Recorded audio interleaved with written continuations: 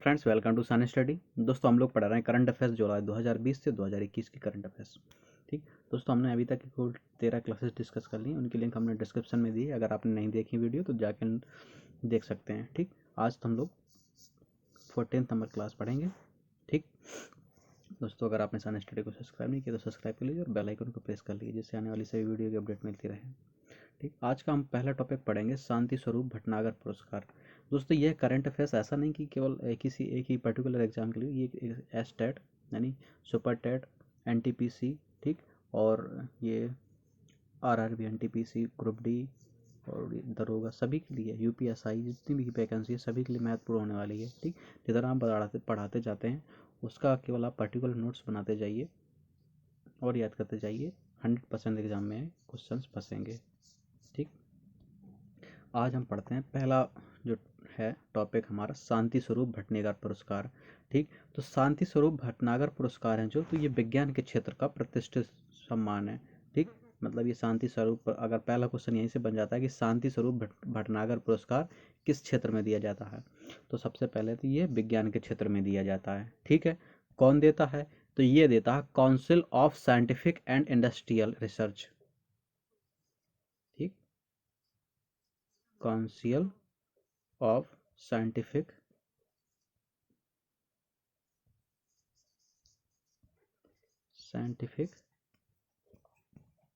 And technique industries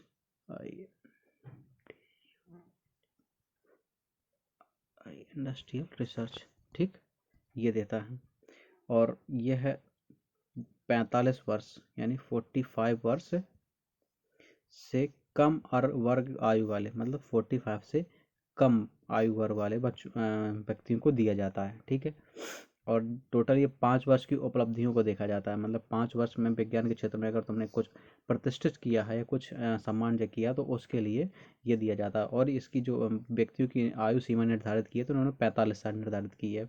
ठीक है, तो यहाँ से एक क्वेश्चन ये बन जाता है कि शांति स्वरूप भटनागर पुरस्कार को प्राप्त करने के लिए व्यक्तियों की न्यूनतम आयु क्या होगी, तो वो 45 साल निर्धारित की है। ठीक है, इसमें से शांति स्वरूप भटनागर पुरस्कार में 5 लाख रुपए की राशि प्रदान की जाती है। ठीक है, 5 लाख की राशि प्रदान की जाती है। ठीक है, यह विज्ञान की 5 शाखाओं को दिया जाता है। ये भी याद रखिएगा कि विज्ञान की 5 शाखाओं के लिए दिया जाता है। पहली बायोलॉजी, दूसरी है केमिस्ट्री, ठीक है, तीसरी है एनवायरमेंटल साइंस यानी ईवीएस, ठीक, फिर चौथी है इंजीनियरिंग, मैथमेटिक्स, मेडिसन, ठीक, मैथमेटिक्स, मेडिसन, और लास्ट है 5वीं फिजिक्स। ठीक है, ये 5 शाखाओं के लिए दिया जाता है, नोट कर लीजिएगा। ठीक है, तो इसमें से जो रिमेंबर पॉइंट है, पहला ये किसके क्षेत्र में जाता है, तो ये विज्ञान के क्षेत्र में दिया जाता है। ठीक है, इसका जो कौन देता है, तो ये देता है counselling of scientific and industrial research. ठीक है, 45 वर्ष की आयु के व्यक्तियों को दिया जाता है। ठीक है, इसमें 5 लाख रुपए की राशि प्रदान की जाती है और ये पाँच पाँच शाखाओं में biology, chemistry, environmental science, engineering, mathematics, medicine और फिजिक्स, 5 चीज़ों के लिए दिया जाता है। मतलब 5 विज्ञान की 5 शाखाओं के लिए दिया जाता है। अगला हम पढ़ेंगे एस पी बाला सुब्रमण्यम। ठीक है, तो ये गीतकार थे। ठीक है, इनका अभी हाल ही में कोविड-19 के कारण इनका निधन हो गया है। ठीक है, इनको कोविड हो गया, तो कोविड पॉजिटिव हो गया था जिसके कारण इनको निधन हो गया। इनकी जो एज थी ये 40 वर्ष, मतलब 74 वर्ष थी इनकी आयु। ठीक है, 74 वर्ष की आयु में इनका निधन हो गया है। ठीक है, इन्होंने रिकॉर्ड 4000 गीत गाए हैं। ठीक है, इन्होंने रिकॉर्ड 4000 गीत, ठीक है, नहीं सॉरी 40,000 गीत, इन्होंने रिकॉर्ड 40,000 गीत टोटल गाए हैं। ठीक है, इन्हें 6 बार राष्ट्रीय पुरस्कार मिला है। ठीक है, क्वेश्चन यहाँ से बन सकता है कि इन्हें कितने बार राष्ट्रीय पुरस्कार मिला, तो इन्हें 6 बार राष्ट्रीय पुरस्कार मिला। पद्म श्री भी इनको मिल सका है। ठीक है, पद्म श्री के बारे में मैंने बताया था तो आप लोगों को कि सबसे जो पहला होता है भारत रत्न, सबसे बड़ा, उसके बाद होता है पद्म विभूषण, फिर होता है पद्म भूषण, उसके बाद होता है पद्म श्री। तो ठीक है, तो इनको पद्म श्री भी मिल चुका है और पद्म भूषण भी मिल चुका है। ठीक है, तो ये मतलब इनको तीसरे नंबर का और चौथे नंबर के जो सर्वश्रेष्ठ अवार्ड है भारत के, वो दोनों मिल चुके हैं, पद्मश्री और पद्म भूषण भी। ठीक है, इन्हें आईफा के द्वारा Indian film personality of the year का भी पुरस्कार दिया गया था। ठीक है, Indian film personality of the year दूँ मैं यहाँ पे, इनको मिला था इंडियन फिल्म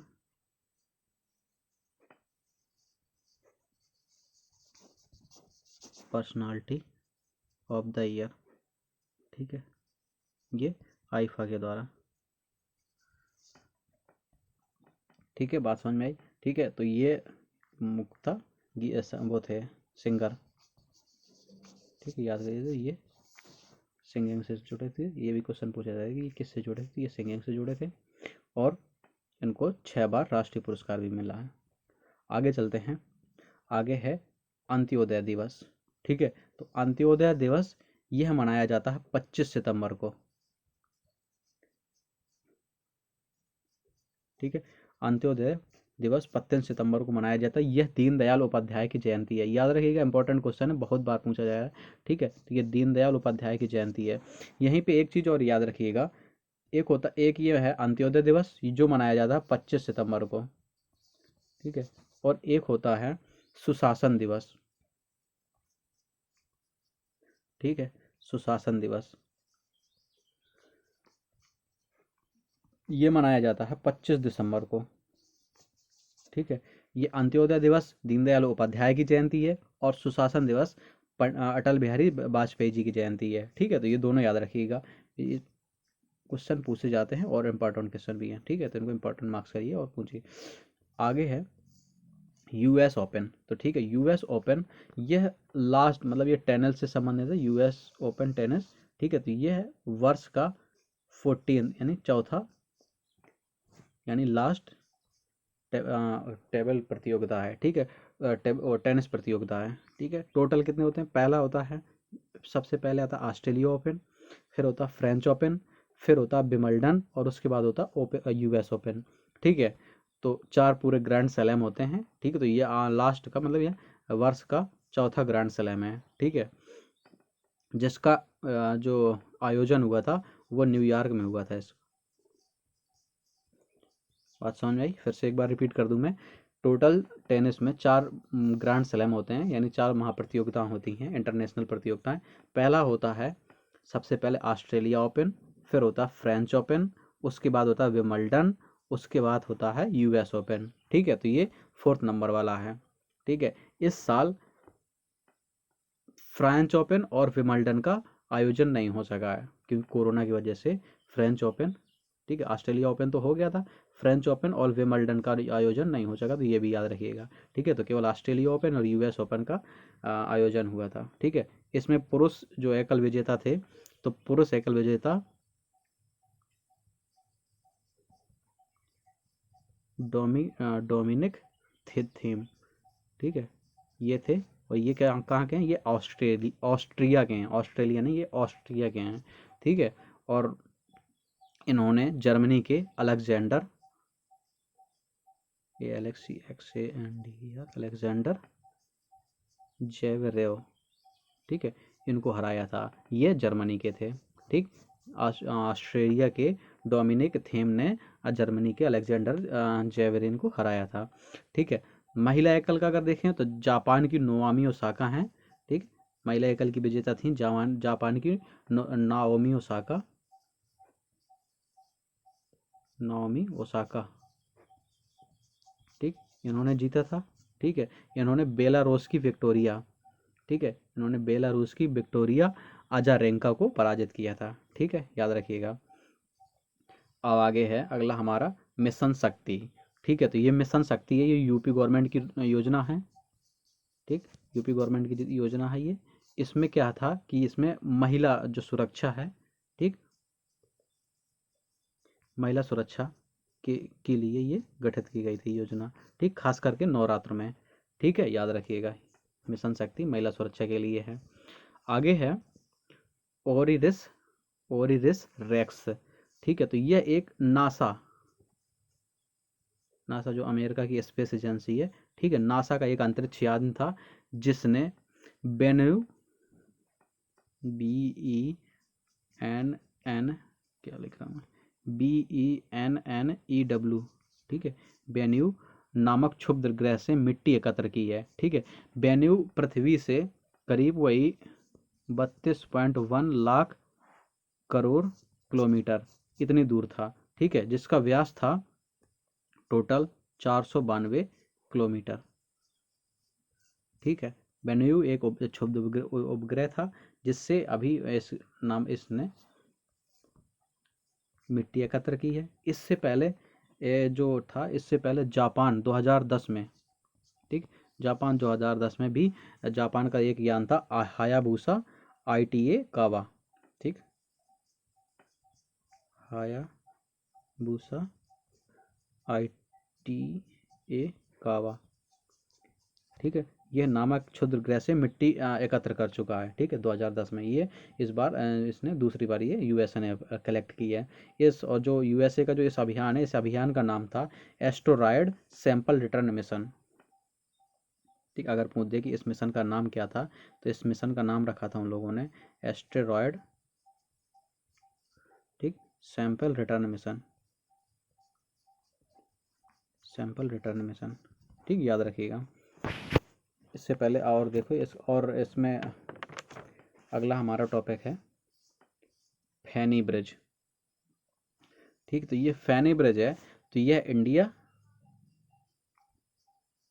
ठीक, इंडिया और बांग्लादेश, ठीक है, इंडिया और बांग्लादेश के मध्य निर्मित किया जाने वाला एक पुल है। ठीक है, इसको याद रखिएगा। इसकी अगर पुल की हम लंबाई की बात करें तो इसकी पुल की लंबाई है टोटल 1800 मीटर। 1800 मीटर बोलें तो 1.8 किलोमीटर। ठीक है, फैनी ब्रिज कहाँ पे, बांग्लादेश और भारत के मध्य निर्मित किया जा रहा है और इसकी लंबाई है 1800 मीटर यानी 1.8 किलोमीटर और इसमें टोटल लागत लगी थी 129 करोड़ रुपए। ठीक है, इसमें टोटल लागत लगी है 129 करोड़ रुपए। ठीक है, ये अगर किसको किसको जोड़ता है तो ये भारत के त्रिपुरा से, त्रिपुरा में एक स्थान है सबरम, ठीक, त्रिपुरा के सबरम से यह बांग्लादेश के रामगढ़ को जोड़ता है। ठीक, ये इसको याद रखिएगा, त्रिपुरा के सबरम से बांग्लादेश के रामगढ़ को जोड़ता है। आगे है वेवेल राम कलावन। ठीक, ये क्वेश्चन इंपॉर्टेंट है, याद रखिएगा। वेवेल राम कलावन, यह सेशेल, एक अफ्रीकी देश है, सेशेल्स, ठीक, अफ्रीकी देश है सेशेल्स, यहाँ के ये राष्ट्रपति चुने गए हैं। ठीक, वेवेल राम कलावन ये सेशेल्स के राष्ट्रपति चुने गए हैं।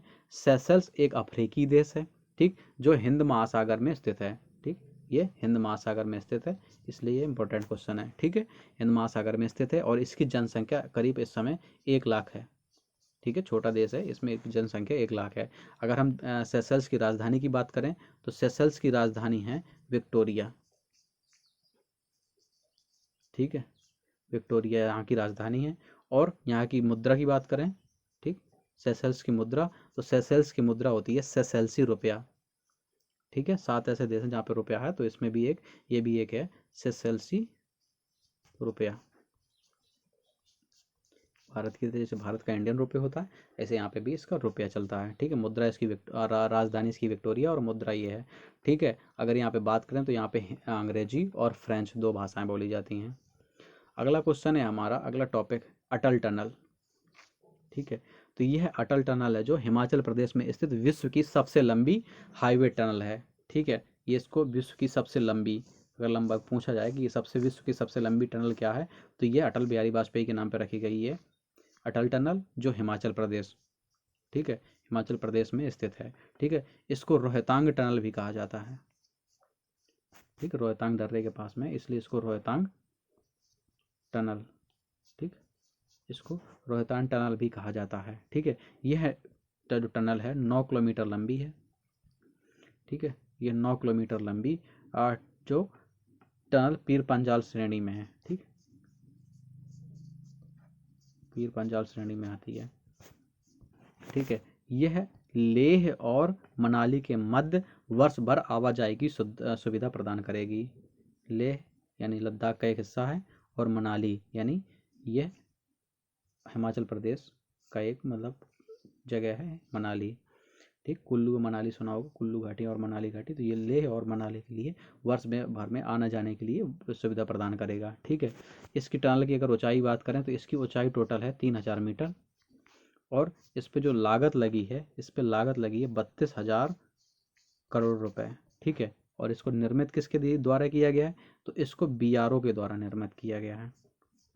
ठीक, ये भी याद रखिएगा। ठीक है, इसका निर्माण कब प्रारंभ हुआ था, तो इसका निर्माण प्रारंभ हुआ था 2010 में।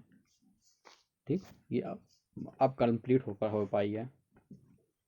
आगे चलते हैं, अगला है सी प्लान सर्विस। सी प्लान सर्विस के बारे में जानते हैं। सी प्लान सर्विस है क्या? ये स्टैचू ऑफ यूनिटी, ठीक, स्टैचू ऑफ यूनिटी जो सरदार पटेल जी की मूर्ति है, स्टैचू ऑफ यूनिटी यानी जो साबरमती से स्टैचू के मध्य प्रारंभ की गई है। स्टैचू ऑफ यूनिटी और साबरमती, ठीक, साबरमती से स्टैचू ऑफ यूनिटी के मध्य प्रारंभ की गई है। ठीक, स्टैचू ऑफ यूनिटी नर्मदा जिले के केवड़िया में स्थित है। ये तो सबको याद होगा, पिछली बार का काफ़ी फेमस क्वेश्चन रहा। ठीक है, तो ये नर्मदा नदी, नर्मदा जिला में, सॉरी, नर्मदा, क्या लिख रहा है, ये नर्मदा जिला में। ठीक, नर्मदा जिला गुजरात में है, वहाँ के नर्मदा जिले के केवड़िया,